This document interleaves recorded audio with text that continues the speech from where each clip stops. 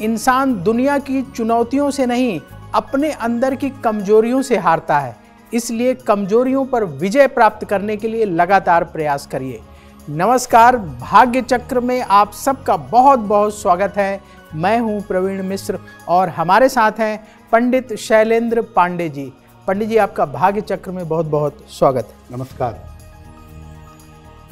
आज हम पंडित जी से समझेंगे राहु के नक्षत्रों के बारे में। कौन कौन से राहु के नक्षत्र होते हैं और ये किस तरह से हमारे जीवन पर असर डालते हैं। आज हम चर्चा करेंगे राहु के नक्षत्रों के बारे में। कौन कौन से राहु के नक्षत्र होते हैं और पंडित जी राहु के नक्षत्रों की क्या विशेषताएं होती हैं। आज हम बात करने वाले हैं राहु के नक्षत्रों के बारे में। राहु के नक्षत्र कौन से हैं और उनकी खास बातें क्या हैं। देखिए, राहु वैसे तो नकारात्मक ग्रह माना जाता है, पाप ग्रह माना जाता है, लेकिन इसके नक्षत्र बड़े शानदार हैं। राहु के 3 नक्षत्र हैं, आर्द्रा, स्वाति और शतभिषा। ये जो नक्षत्र हैं आर्द्रा, स्वाति और शतभिषा, ये बड़े शक्तिशाली नक्षत्र माने जाते हैं।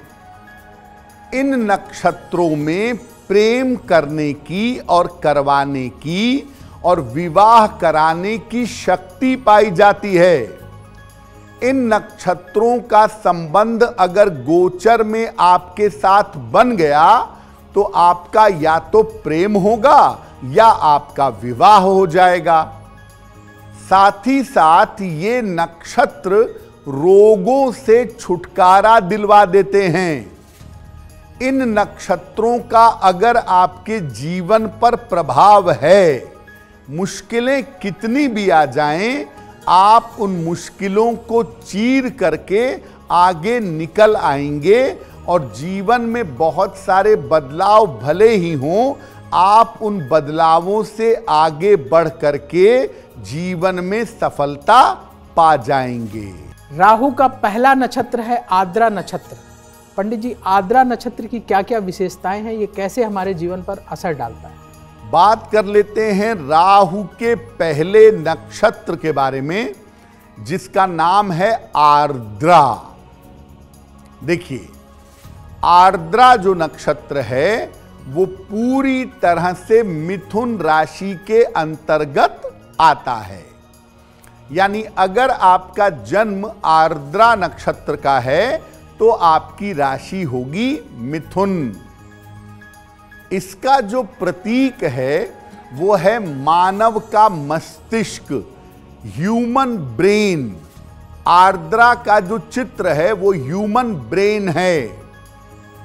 आर्द्रा नक्षत्र मुख्य रूप से आपके विचारों से और आपकी बुद्धि से और आपकी सोच से संबंध रखता है। इनको जीवन में मृत्यु का भय, मृत्यु का तनाव, दुख दर्द और काफी संघर्ष झेलना पड़ता है। इनके मन की निरंतर परीक्षा होती रहती है और मन को लेकर इनकी परेशानी बनी रहती है। लेकिन ये इतना बढ़िया प्रयास करते हैं, इतनी बढ़िया जीवन में तपस्या करते हैं कि अपने प्रयास से और अपनी तपस्या से जीवन में काफी सफल हो जाते हैं। कभी कभी इस नक्षत्र के लोग अपनी शक्तियों से दूसरों को परेशान कर देते हैं। अगर राहु का निगेटिव पार्ट आ गया तो दूसरों को परेशान करने में इन्हें आनंद आता है, सैडिस्टिक प्लेजर पैदा होता है।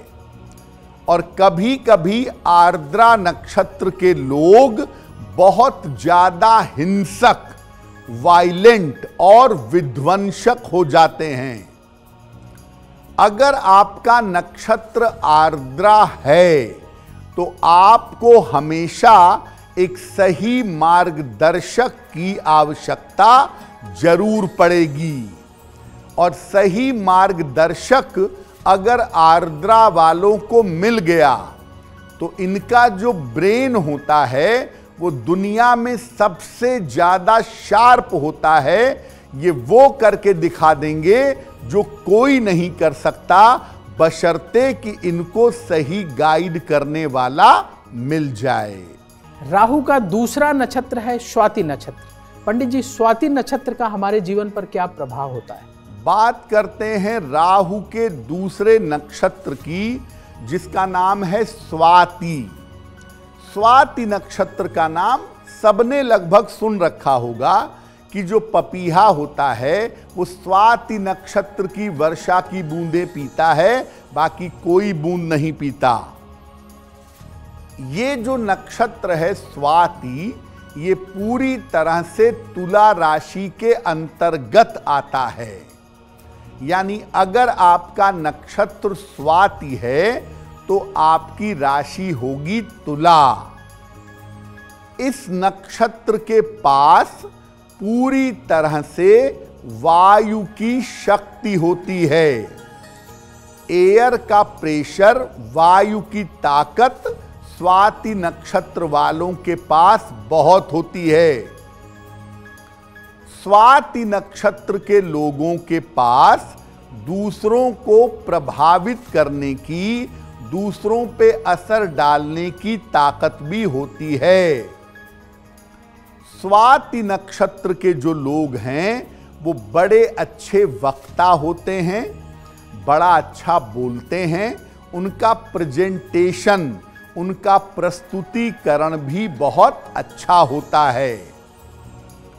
इनके अंदर सीखने की बड़ी क्षमता होती है। अगर इनको सही तरीके से चीजें सिखाई जाएं तो ये कठिन से कठिन चीजें सीख लेंगे। और इनके अंदर अंतर्ज्ञान की, इंट्यूशनल पावर की क्षमता भी होती है। ये लोग दूसरों की बहुत सहायता करते हैं और आत्मनियंत्रण जानते हैं। अपने मन को काबू में करना आता है इनको, और थोड़ी भी कोशिश अगर ये कर लेते हैं तो ये अपने मन को काबू में कर ले जाते हैं। कभी कभी ये लोग बड़े स्वार्थी और धन लोलुप हो जाते हैं। यानी कभी कभी स्वार्थ में डूब जाते हैं और पैसे के पीछे भागना शुरू कर देते हैं। देखिए, अगर आपका नक्षत्र स्वाति है तो निश्चित रूप से कम या ज्यादा आपके पास शक्तियां जरूर होंगी। अपनी शक्तियों का सही प्रयोग करना सीखिए।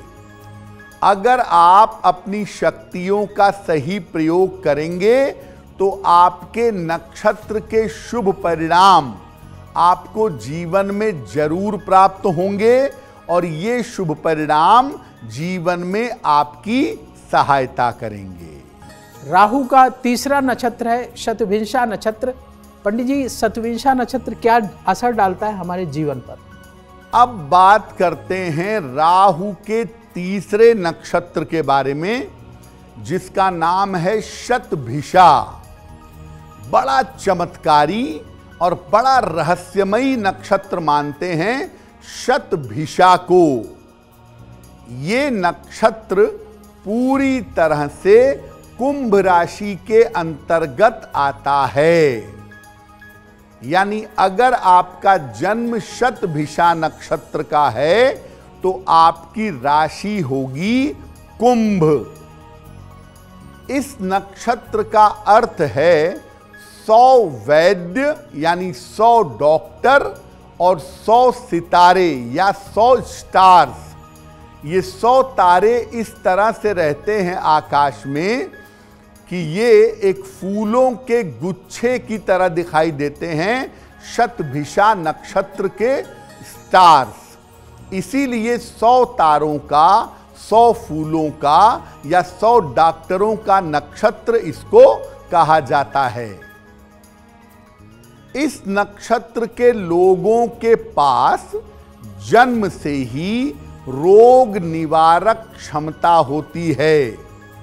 दूसरों की समस्या को समझ करके उनका समाधान करना, ये क्षमता, ये ताकत शतभिषा नक्षत्र वालों के पास होती है।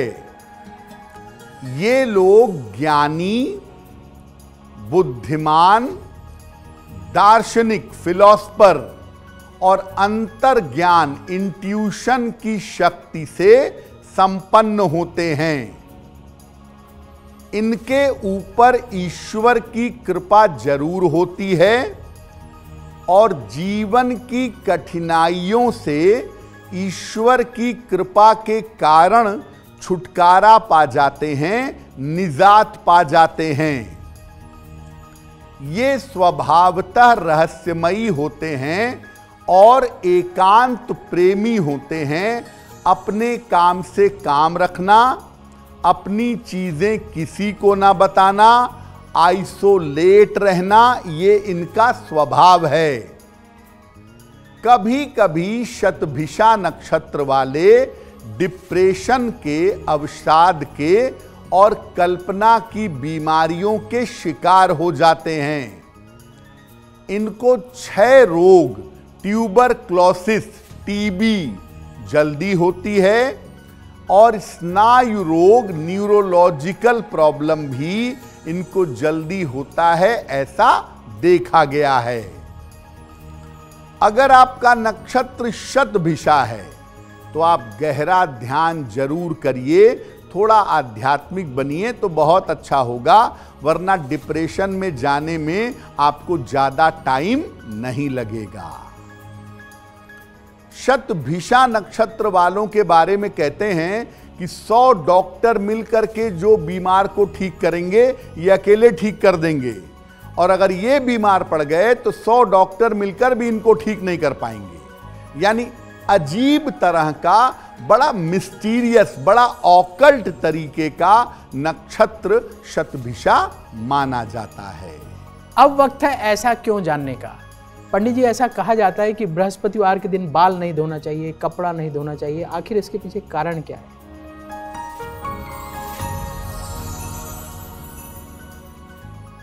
माना जाता है कि बृहस्पतिवार के दिन कपड़े नहीं धोने चाहिए, बाल धोकर स्नान नहीं करना चाहिए। ऐसा करने से बृहस्पति अशुभ हो जाते हैं। ऐसा क्यों? देखिए, पहले के जमाने में पानी इतनी आसानी से घर घर में उपलब्ध नहीं था। लोग नदियों से, कुओं से, दूर दराज से पानी भर के लाते थे। सप्ताह में एक दिन पानी बचाया जा सके और सप्ताह में एक दिन पानी का कम से कम प्रयोग किया जाए, इसके लिए ऐसा नियम बना दिया गया कि बृहस्पतिवार को कपड़े मत धोइए, सर धो के मत नहाइए, ताकि ज़्यादा पानी प्रयोग ना हो। तो मुख्यतः पानी की बचत करने के लिए प्राचीन समय में ये नियम बनाया गया था। इसका ग्रहों से कोई लेना देना नहीं है। एस्ट्रो तक ऐप पर आपको मिलेगा भविष्य से जुड़े हर सवाल का जवाब। डाउनलोड कीजिए एस्ट्रो तक ऐप और चुटकी में जुड़िए इंडिया के बेस्ट एस्ट्रोलॉजर से।